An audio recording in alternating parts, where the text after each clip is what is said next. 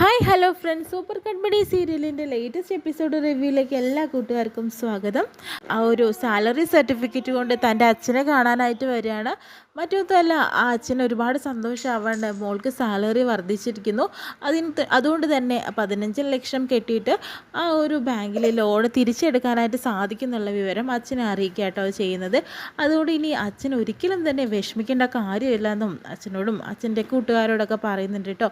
ശ്രീനിയേട്ട ഒട്ടും വിഷമിക്കേണ്ട, മോള് ശ്രീനേട്ടനെ രക്ഷിക്കുമല്ലോ എന്ന് പറയുന്നു കേട്ടോ. ആ സമയത്ത് തന്നെയാണ് ഗോകുൽ അവിടേക്ക് ഓടി വരികയാണ്. എന്നിട്ട് പറയുന്നുണ്ട്, അപ്പേ ആകെ പ്രശ്നമായി, അമ്മായിമാരെ തിരിപ്പിക്കാനായിട്ട് അമ്മ ഓരോ ഗൂഢാലോചന അവിടെ ചെയ്തുകൊണ്ടിരിക്കുകയാണ്. ഇനി അമ്മായിമാർ ആ ആധാരം എടുക്കാതെ അപ്പയെ വീട്ടിൽ കയറ്റില്ല എന്ന രീതിയിലൊക്കെയാണ് ഓരോ കാര്യങ്ങൾ അമ്മ ചെയ്തു വെച്ചിരിക്കുന്നതെന്ന് പറയുന്നു. വേണ്ട മോനെ, എല്ലാം ഇപ്പം ശരിയാവും, മോൻ വിഷമിക്കേണ്ട കാര്യമൊന്നുമില്ല, ഇത് കണ്ടോ എന്ന് പറയുന്നു. ഇതെന്താ അപ്പ എന്ന് പറഞ്ഞിട്ട് നീ ഒന്ന് വായിച്ചു നോക്കടാ, അപ്പം മനസ്സിലാവുമെന്ന് പറയാണ്.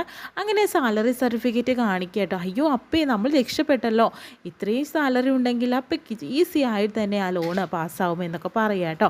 അതിനുശേഷം തന്നെ അമ്മായിമാരുടെ അടുത്തിരുന്ന് ധനലക്ഷ്മി നല്ല കുത്തിത്തിരിപ്പുണ്ടാക്കുകയാണ് ചെയ്യുന്നത്. നിങ്ങളുടെ പേരിലല്ലേ ഈ വീട് ഇരിക്കുന്നത്, അപ്പോൾ കൂടുതൽ അധികാരം നിങ്ങൾക്ക് തന്നെയല്ലേ. കൺമണിയോട് നിങ്ങൾക്ക് പറയാം ഇവിടെ കയറരുത് എന്ന്. കാരണം എന്ന് വെച്ചിട്ടുണ്ടെങ്കിൽ ആധാരം എടുത്തതിന് ശേഷം മാത്രം ഈ വീടിനകത്തേക്ക് കയറിയാൽ മതി എന്നുള്ളത് അവളോട് നിങ്ങൾക്ക് ധൈര്യമായിട്ട് പറയാലോ. കാരണം നിങ്ങളുടെയും കൂടി അല്ലേ ഈ വീടെന്ന് പറയാം കേട്ടോ. അവൾക്ക് ഒരിക്കലും ഇതിന് ആധാരം എടുക്കാൻ സാധിക്കില്ല. നാളെ ആധാരം എടുത്തില്ലെങ്കിൽ പിന്നെ വരുണുമായിട്ടുള്ള കല്യാണത്തിന് സമ്മതിക്കാൻ അവളോട് നിർബന്ധം നിങ്ങൾ പറയണം. അങ്ങനെ അവൾ അതിന് സമ്മതിക്കുള്ളൂ. എന്നാലാണ് നമ്മുടെ എല്ലാ കഷ്ടപ്പാടും മാറുള്ളൂ. മാത്രമല്ല, അവൾ വരുണുമായിട്ടുള്ള കല്യാണത്തിന് സമ്മതിച്ചാൽ നിങ്ങൾക്ക് ഞാൻ തരാമെന്ന് പറഞ്ഞിട്ടുള്ള ആ 10 ലക്ഷം രൂപ വീതം തീർച്ചയായും തരുമെന്നൊക്കെ പറഞ്ഞു കൊടുക്കുന്നുണ്ട് കേട്ടോ.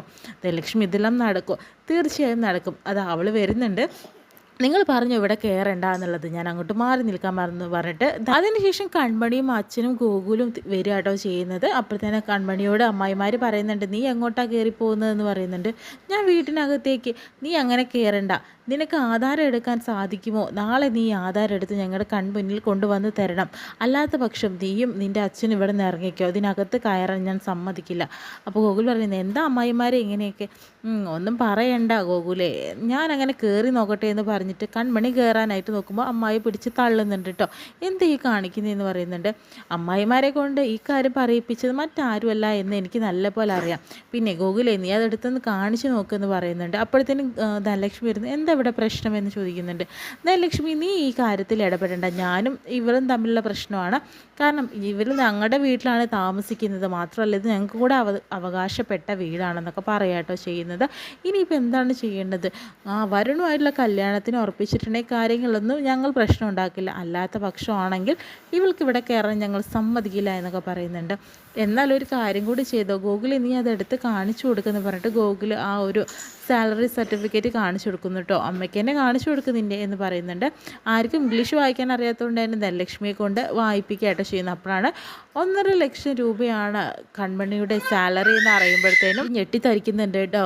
അയ്യോ എന്ന് പറഞ്ഞിട്ട് 1.5 ലക്ഷം രൂപയോ, ഇനി അപ്പയ്ക്ക് എത്രയും പെട്ടെന്ന് ഈസിയായി തന്നെ ലക്ഷങ്ങൾ ചിലപ്പോൾ ലോൺ എടുക്കാനായിട്ട് സാധിക്കും. അമ്മായിമാരെ, നിങ്ങൾക്ക് വല്ല കടങ്ങളുണ്ടെങ്കിൽ അപ്പയോട് പറഞ്ഞാൽ മതി, അപ്പ ശരിയാക്കി തരുമെന്നൊക്കെ പറഞ്ഞ് ഇനി എനിക്ക് കയറാലോ എന്ന് പറഞ്ഞിട്ട് കൺമണി അകത്തേക്ക് കയറുന്നു കേട്ടോ. അതിനുശേഷം തന്നെ നമ്മുടെ BR ഡിസൈൻസിലെ അവൻ്റെ വീട്ടിലേക്ക് തന്നെ പോവാട്ടോ ചെയ്യുന്നത് വിദ്യ. കാരണം അലിഗയിൽ നിന്ന് തൽക്കാലമായിട്ട് തന്നെ സസ്പെൻഡ് ചെയ്തിരിക്കുക കേട്ടോ ചെയ്യുന്നത്. അതുകൊണ്ട് തന്നെ സസ്പെൻഡ് ചെയ്തപ്പോഴത്തേനും BRൽ തനിക്ക് ജോലി കിട്ടുമല്ലോ എന്ന് പറഞ്ഞിട്ട് ചെന്ന് കാണാട്ടോ ബലരാമനാണെങ്കിലോ വല്ലാത്തൊരു അവസ്ഥയിലാണ് ഇപ്പം നിൽക്കുന്നത്. കാരണം എന്ന് വെച്ചിട്ടുണ്ടെങ്കിൽ എങ്ങനെയെങ്കിലും ഇവിടുന്ന് തിരിച്ചു പോയാൽ മതിയെന്ന്. അപ്പോഴത്തേനും വിദ്യ പറയുന്നുണ്ട്, സാർ അല്ലേ എനിക്ക് ഇവിടുന്ന് ജോലി തരാമെന്ന് പറഞ്ഞിട്ടുണ്ടായിരുന്നത് എന്ന് പറയുകയാണ്. എനിക്കിപ്പോൾ അതിനെക്കുറിച്ചൊന്ന് ആലോചിക്കണം വിദ്യ, കാരണം BRലേക്ക് പുതിയ അപ്പോയിൻമെൻറ്റ്സ് ഒന്നും ഞാൻ സ്വീകരിക്കുന്നില്ല എന്ന് പറയുന്നുണ്ട്. സാർ അല്ലേ പറഞ്ഞത് എന്നൊക്കെ പറയുമ്പോഴത്തേനും, ഇത് നിൻ്റെ പിടിപ്പുകേട് കൊണ്ടാണല്ലോ അലിഗയിൽ നിന്ന് നിന്നെ പുറത്താക്കിയത്, അല്ലെങ്കിൽ നിന്നെ പുറത്താക്കില്ലല്ലോ വിദ്യ എന്ന് പറയുന്നുണ്ട്. ഞാൻ സാറിന് എന്തെല്ലാം കാര്യങ്ങൾ ചോദിച്ചു തന്നിട്ടുണ്ട്, അതിനുള്ള പ്രത്യുപകാരമായിട്ട് തനിക്ക് കുറേ പണവും ഞാൻ തന്നിട്ടുണ്ടല്ലോ, ഇനിയും വിദ്യ വിഷമിക്കേണ്ട കാര്യമില്ല, തനിക്ക് ആ പൈസ ഞാൻ തരുമെന്ന് പറയുന്നു. അപ്പോഴത്തേനും അതെനിക്ക് ഒരിക്കൽ തന്നെ അംഗീകരിക്കാൻ സാധിക്കില്ല സർ. മറ്റൊന്നല്ല, ജോലിയിൽ നിന്ന് വാങ്ങുന്നത് പോലെ അല്ലല്ലോ എന്ന് പറയുന്നുണ്ട് കേട്ടോ. എന്തായാലും ഇപ്പോൾ തനിക്ക് ഇവിടുന്ന് പോകാം, നല്ല രീതിക്കാണെങ്കിൽ നല്ല രീതിക്ക് എന്ന് പറയുന്നുണ്ട്. അപ്പോഴത്തേന് വിദ്യ ബലരാമനെ ഒന്ന് ഭീഷണിപ്പെടുത്തുന്നുണ്ട്. സാറ് പറഞ്ഞതുപോലെയൊക്കെ ചെയ്യാൻ നിന്നിട്ടല്ലേ എന്നൊക്കെ പറയുന്നുണ്ട്. ഇത് പുറത്തറിഞ്ഞു കഴിഞ്ഞിട്ടുണ്ടെങ്കിൽ എന്താവും എന്നറിയോ സാറിനെന്ന് പറയുന്നു.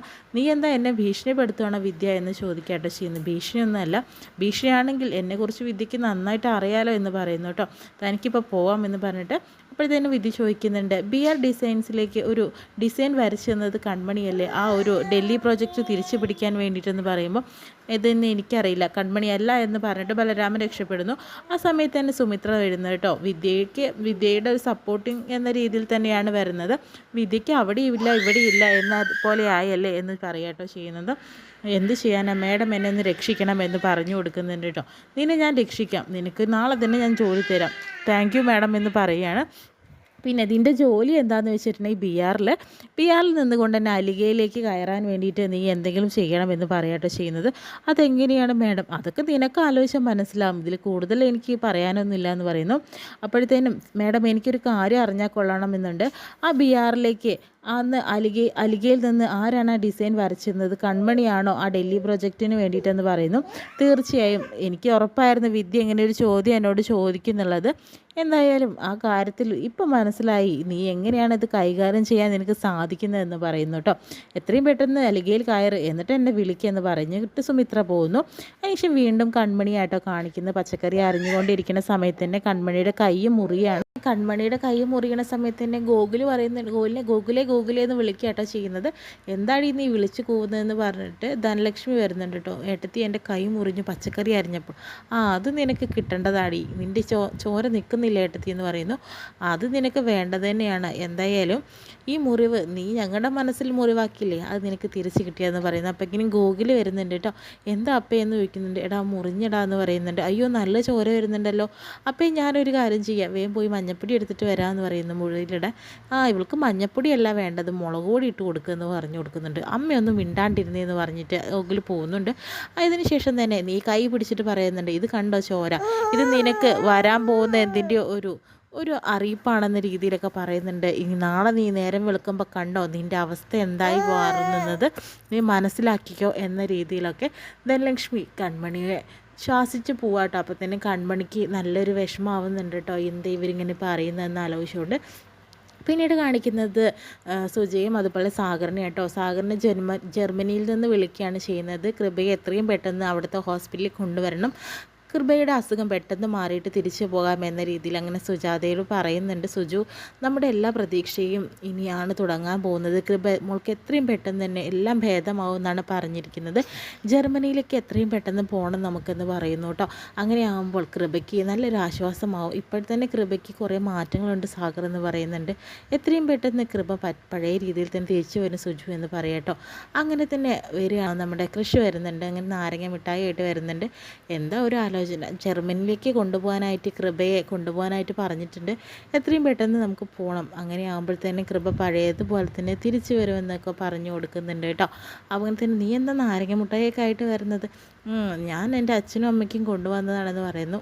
നല്ല ടേസ്റ്റുള്ള മിഠായിയാണെന്ന് പറഞ്ഞിട്ട് തട്ടിപ്പറിച്ച് ഓടാനായിട്ട് നിൽക്കുന്നു. അങ്ങനെ നാരങ്ങ മിഠായി കഴിക്കാം കേട്ടോ. സാഗർ ചെയ്യുന്ന അടിപൊളിയായിട്ടുണ്ടെന്ന് പറയുന്നുണ്ട്. നിനക്കറിയോ ഈ നാരങ്ങ മിഠായിയുടെ പുറകിലുള്ള കാര്യങ്ങൾ, അതെന്താ അങ്ങനെ ഒരു കാര്യം, ഞങ്ങൾ കോളേജിൽ പഠിക്കുന്ന സമയത്ത് ഞങ്ങളുടെ പ്രണയ കഥയാണ് ഇതിലുള്ളതെന്ന് പറയുന്നു. അതുകൊണ്ട് തന്നെ ഈ നാരങ്ങ മിഠായി ഞങ്ങൾക്ക് അത്യധികം ഇഷ്ടപ്പെട്ടതാണ്. പ്രണയത്തെക്കുറിച്ച് നിനക്ക് എന്താടാ അറിയുക എന്ന രീതിയിലൊക്കെ പറയുന്നുണ്ട് കേട്ടോ സാഗർ. അപ്പോഴത്തേനും പ്രണയത്തെക്കുറിച്ചൊക്കെ എനിക്ക് കേൾക്കണം, പക്ഷേ ഇപ്പോൾ എനിക്ക് പ്രധാനപ്പെട്ട കാര്യം പറയാനുണ്ട്. ഒരാളെ സഹായിക്കുന്നതും അത് നല്ല കാര്യം തന്നെയല്ലേ എന്ന രീതിയിൽ പറയുന്നുണ്ട്. എന്താടാന്ന് ചോദിക്കുമ്പോഴത്തേനും എനിക്ക് ഒരാളെ സഹായിക്കണം, എൻ്റെ കൺമണിയെ എന്ന രീതിയിലൊക്കെ കൃഷി പറഞ്ഞതായിട്ടാട്ടോ ഇന്നത്തെ എപ്പിസോഡ് വിശേഷം കാണിക്കുന്നത്.